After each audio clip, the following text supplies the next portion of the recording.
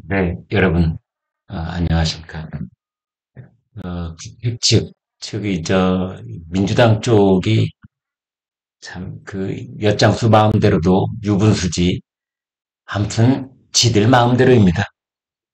한덕수 국무총리, 한덕수 대통령 권한대행, 탄핵을 했는데, 내란죄는 묻지 않겠답니다. 이건 또 뭔 말입니까? 윤석열 대통령한테 했던 거 그대로 또 반복하는 것이지요.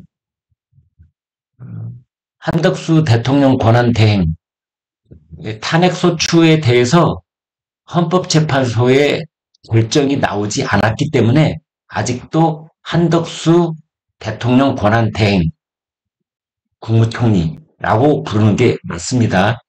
최상목은 대통령 권한대행의 대행이죠. 네, 아무튼 한덕수 권한대행에 대해서 내란 방조 혐의로 탄핵 소추를 해놓고 형법상 내란죄를 범했는지는 탄핵소추에서 다투지 않겠다.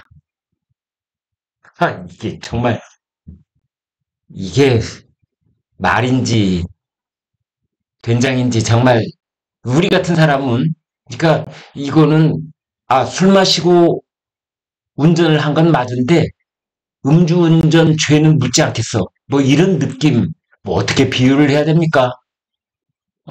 같이 망보고 도둑질 했는데 절도죄는 묻지 않겠어. 뭐 이런 건가요? 어떤 논리적으로 앞뒤가 좀 이렇게 선명하게 연결되는 구석이 하나도 없습니다. 이렇게 말했습니다. 국회 측이 내란죄 형사처벌과 관계없이 피청구인 한 총리가 내란 일부 행위에 가담 또는 방조를 해서 헌법상 의무를 다하지 않았다는 점만 탄핵소추 이유로 하겠다.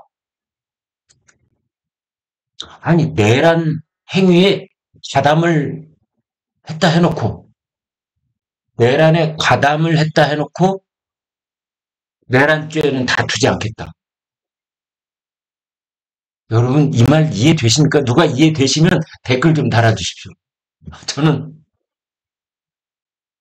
도저히 납득 불가입니다. 어제 어떤 분은 그러더라고요. 내란 혐의를 따지겠다는 거지 내란 죄를 따지겠다는 건 아니다. 그게 그거 아닌가요? 왜 그 두 가지가 다르죠? 절도 혐의를 묻겠는데 절도죄는 따지지 않겠어. 이게 말이 됩니까? 강간 혐의는 내가 따지겠는데 강간죄는 묻지 않겠어. 그럼 그 여성은 뭐가 됩니까? 피해 여성은. 피해 여성은 피해 호소인이 되는 건가요? 나를 강간한 사람은 혐의만 있는데 그 사람은 강간 죄인이 아니다. 라는 말을 들었을 때 그 피해자는 제 비유가 너무 나간 것 같아서 죄송합니다만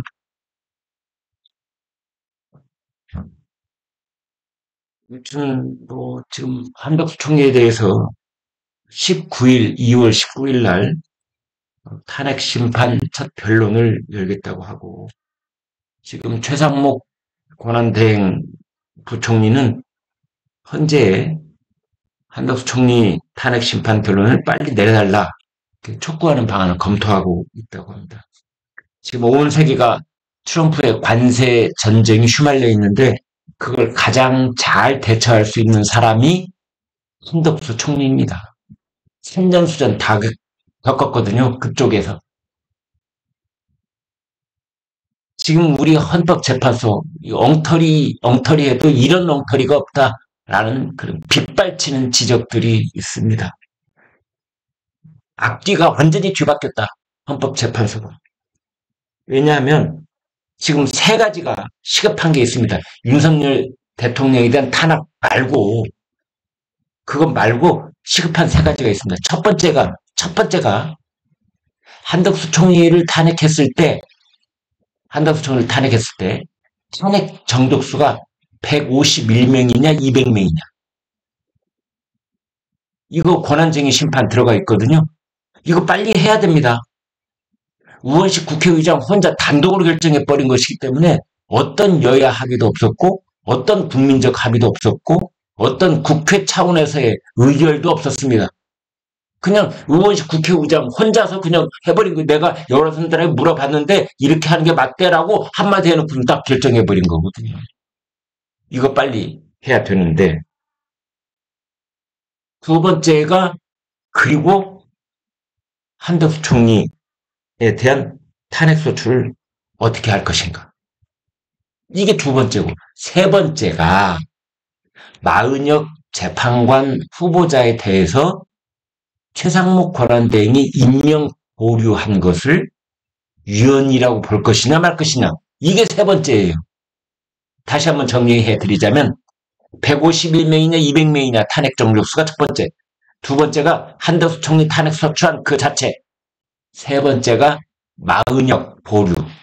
이렇게 세 가지인데 헌법재판소는 이걸 완전히 거꾸로 뒤집어져가지고 마은혁부터 하겠어. 그래서 2월 3일 날 하려다가 그거 미뤘잖아요. 마은혁부터 하겠어.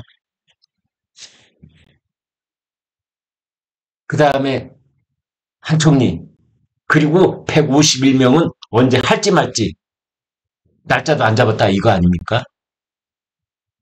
그래서 헌법재판소에 대해서 사람들이 그러고 있습니다. 이렇게 혀 쭉 내밀어봐라.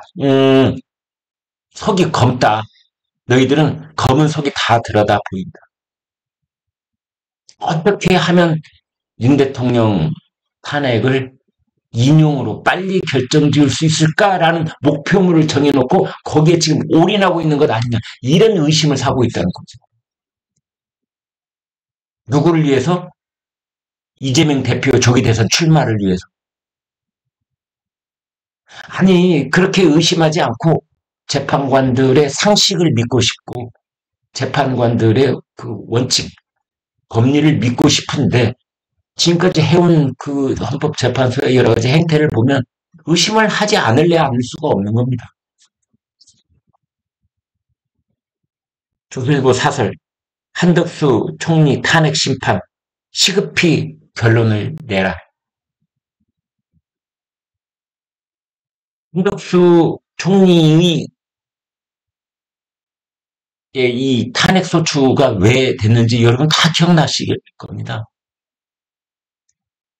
한덕수 총리는 본인 입으로도 그렇고 지금 다 알려지기를 계엄 선포에 반대한 것으로 알려졌는데 민주당은 여기에 내란 혐의를 씌워서 탄핵 소추를 했거든요.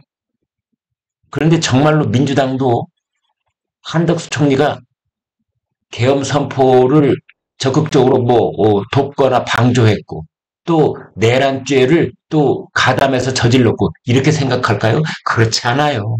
오로지 민주당이 요구했던 헌법재판관 임명을 보류한 그 괘씸죄로 정족수 151명을 우원식이 단독으로 결정을 해서 국회를 통과시킨 겁니다. 다 압니다, 그걸.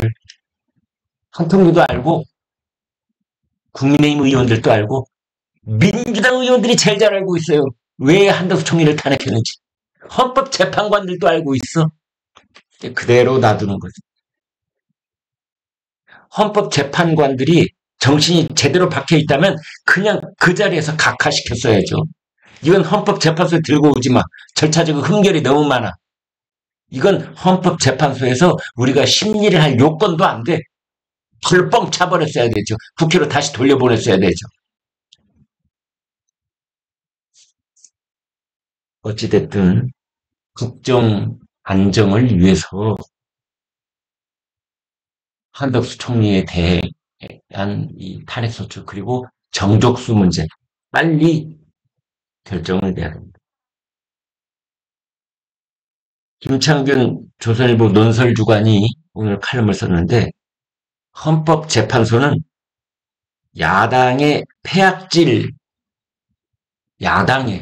더불어민주당의 폐악질의 책임을 여당 쪽에 여권에 국민의힘에게, 최상목 대행에게 묻고 있다. 헌법재판소 번지수 좀 제대로 찾아라. 이런 칼럼을 실었습니다.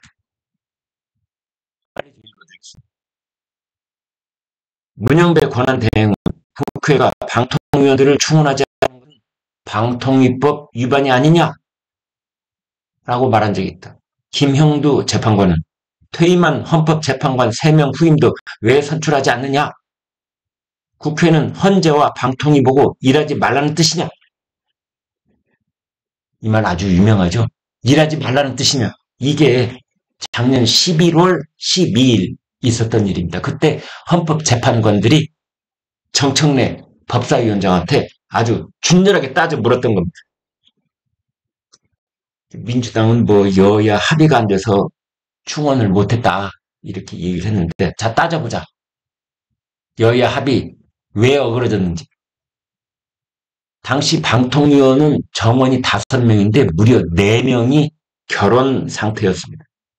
민주당이 야당 몫의 2명은 물론이고 여당 몫의 1명 추천까지 과반 의석으로 의결을 막았고, 대통령이 임명한 이진숙 방통위원장을 취임 이틀 만에 탄핵소추로 직무를 정지를 시켰습니다.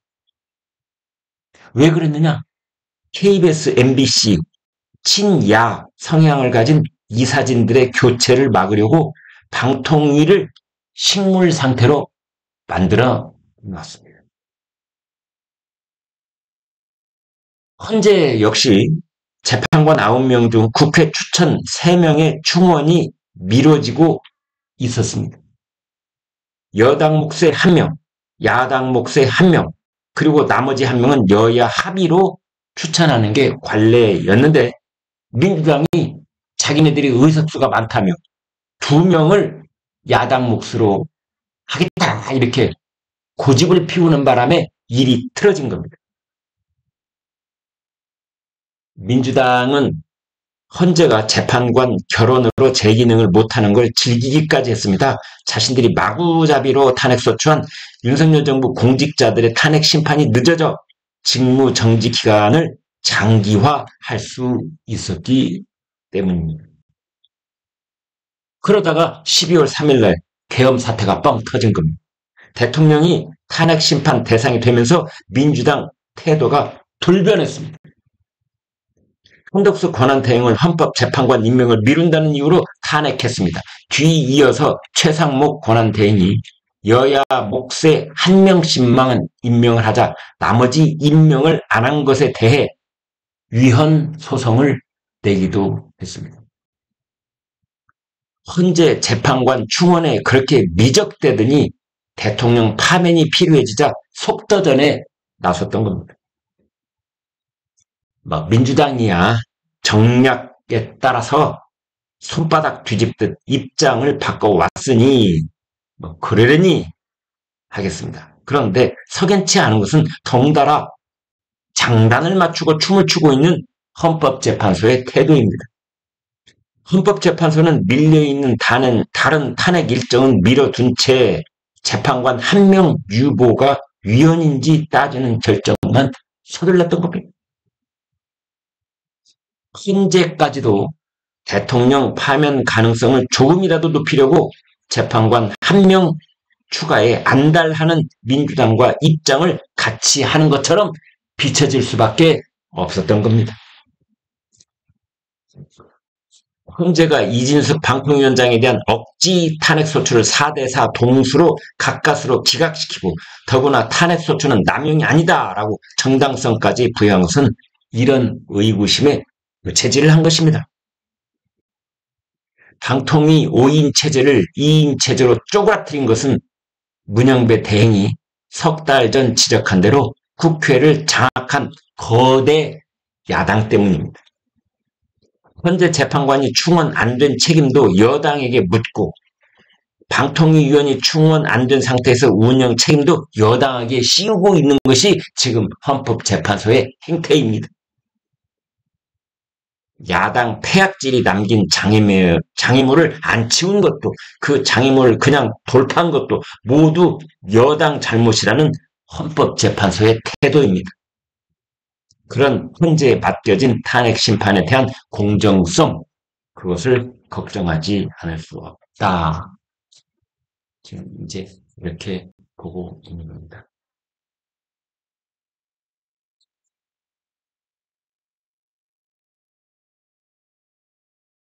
네, 이재명 대표에 대한 항소심 재판부 증인 13명이 신청돼 있는데 그중에서 3명만 채택을 하고 판결에 속도전을 내고 있습니다. 이재명 막무가내 재판 지연 2심 재판부는 아무튼 유연 심판 신청 기각하고 신속하게 판결을 내려야 됩니다. 여기서 한 가지 제가 꼭 말씀드리고 싶은 것은 지금 이재명 대표의 변호인 측이 주장하고 있는 바 허위사실 공표죄를 묻는 우리 선거법 내용이 명확성이 부족하다 뭐 이런 말을 하고 있는데 분명하게 말해 두겠습니다. 허위사실을 공표한 것은 다시 말해서 거짓말을 하는 것은 표현의 자유가 아닙니다. 제발 민주당 이재명 대표 그의 변호인들 착각하지 마세요. 거짓말은 표현의 자유가 아닙니다. 진실을 말하는 것이 표현의 자유인 겁니다. 아시겠습니까?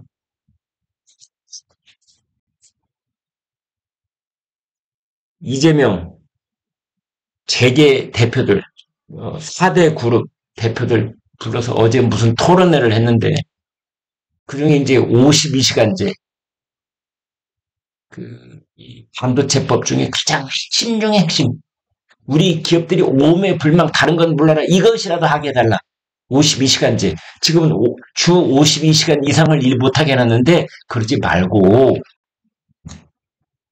일하고 싶을 때 어떤 반도체 연구직에 있는 사람들 그걸 집약적으로 한 3주고 한 달이고 미친 듯이 야전 침대에 갖다 놓고 그냥 눈만 뜨면 그 생각하고 눈만 뜨면 이 생각하고 이렇게 해야 세계를 선도할 수 있는 최고의 어떤 상품이 하나, 아이디어, 칩이 하나 나올 수 있는데 그거를 띄엄띄엄 일을 하게 하라니 일하고 싶어 미치겠다. 일할 수 있게 해달라. 그런데 52시간제가 안 돼. 했거든요. 근데 그거를 이제 이재명 대표가 전향적인 태도로 그거 52시간제 예외 조항을 두게 하겠다 했는데 어제 뭐라고 한 줄 아십니까? 52시간제만큼은 재계가 좀 양보해 주세요. 기업들이 그것만은 양보해 주세요. 그랬다는 거 아닙니까? 재계에서 온 사람들이 아무 대답을 안 하고 갑자기 침을 끼얹은 듯이 꺄 이재명 대표가 예전에 박근혜 전 대통령 존경한다고 했다가 나중에 내부에서 논란이 되니까 존경한다고 했더니 정말 존경하는 줄 알아? 라고 했던 말이 자꾸만 떠오릅니다. 이제 민주당 내부의 산업통상위, 혼노위 의원들이 반대를 하고 노조가 반대를 하니까 또 이재명 대표가 또 한번 손바닥 뒤집듯이 철회를 하고 있습니다. 우원식 국회의장이 지금 중국에 가 있거든요. 내일 중국 하얼빈에서 동계 아시안 게임이 개막을 하는데 이제 거기 참석한다 그러고 갔는데 시진핑을 만날 가능성이 있다 지금 그런 얘기가 나오고 있어요. 그래서 우원식 국회의장이 시진핑 주석을 만나는지 지금 이제 관심 중에 관심인데 제가 갖는 관심은 시진핑 주석 만날 때 보면 이렇게 아랫사람 만나듯이 뭐 의자 모양 색깔 그다음에 높이 다 다른 거 앉혀놓고 만나잖아요. 이번에는 어떻게 하는지 봐야 될 것 같고 그런데 지금 민주당 내부에서는 우원식한테 아주 눈길이 곱지 않습니다. 시진핑 뭐하러 만나지?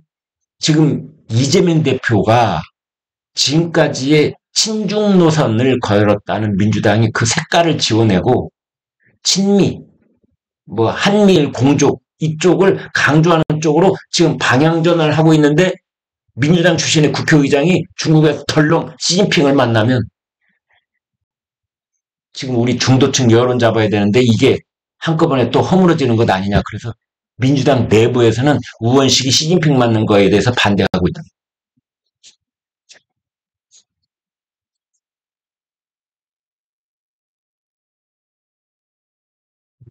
그럼 뭐 하면 개헌 얘기가 자꾸 나오고 있는데요.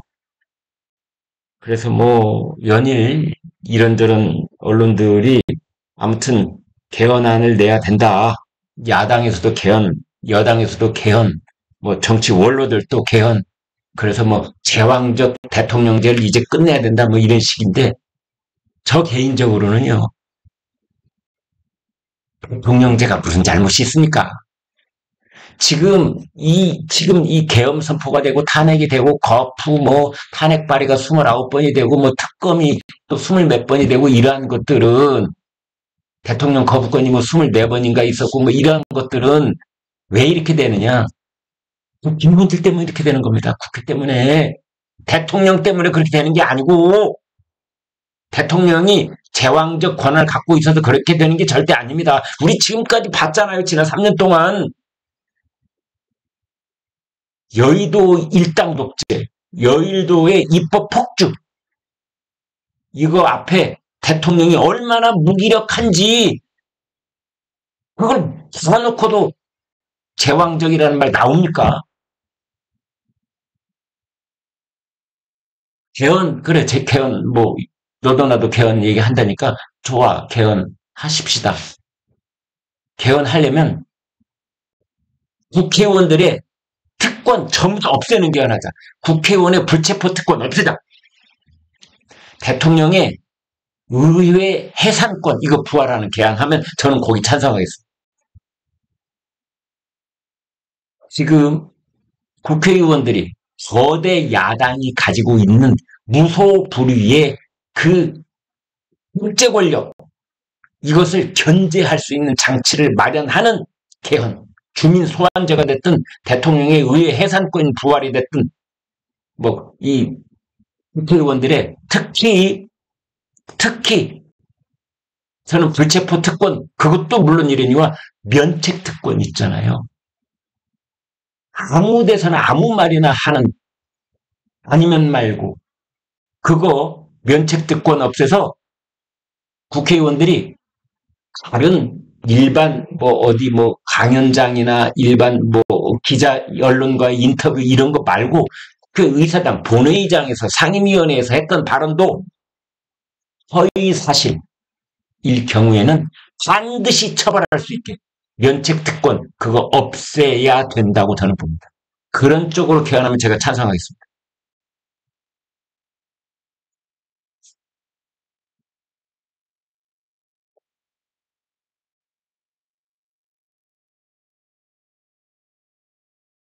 오늘 조선일보에 실린 기사인데요. 지금까지 나와 있는 모든 의학적 기술은 항노화, 안티에이징, 안 늙게 한다라는 쪽이었는데 지금 바이오 AI, 바이오 인공지능의 기술에 따르면 안 늙게 하는 안티에이징이 아니라 지금 나이에서 오히려 젊게 만드는 리버스 에이징, 역노화로 후천 단백질로 늙은 세포를 젊게 만드는 그런 꿈이 현실화되고 있다고 합니다.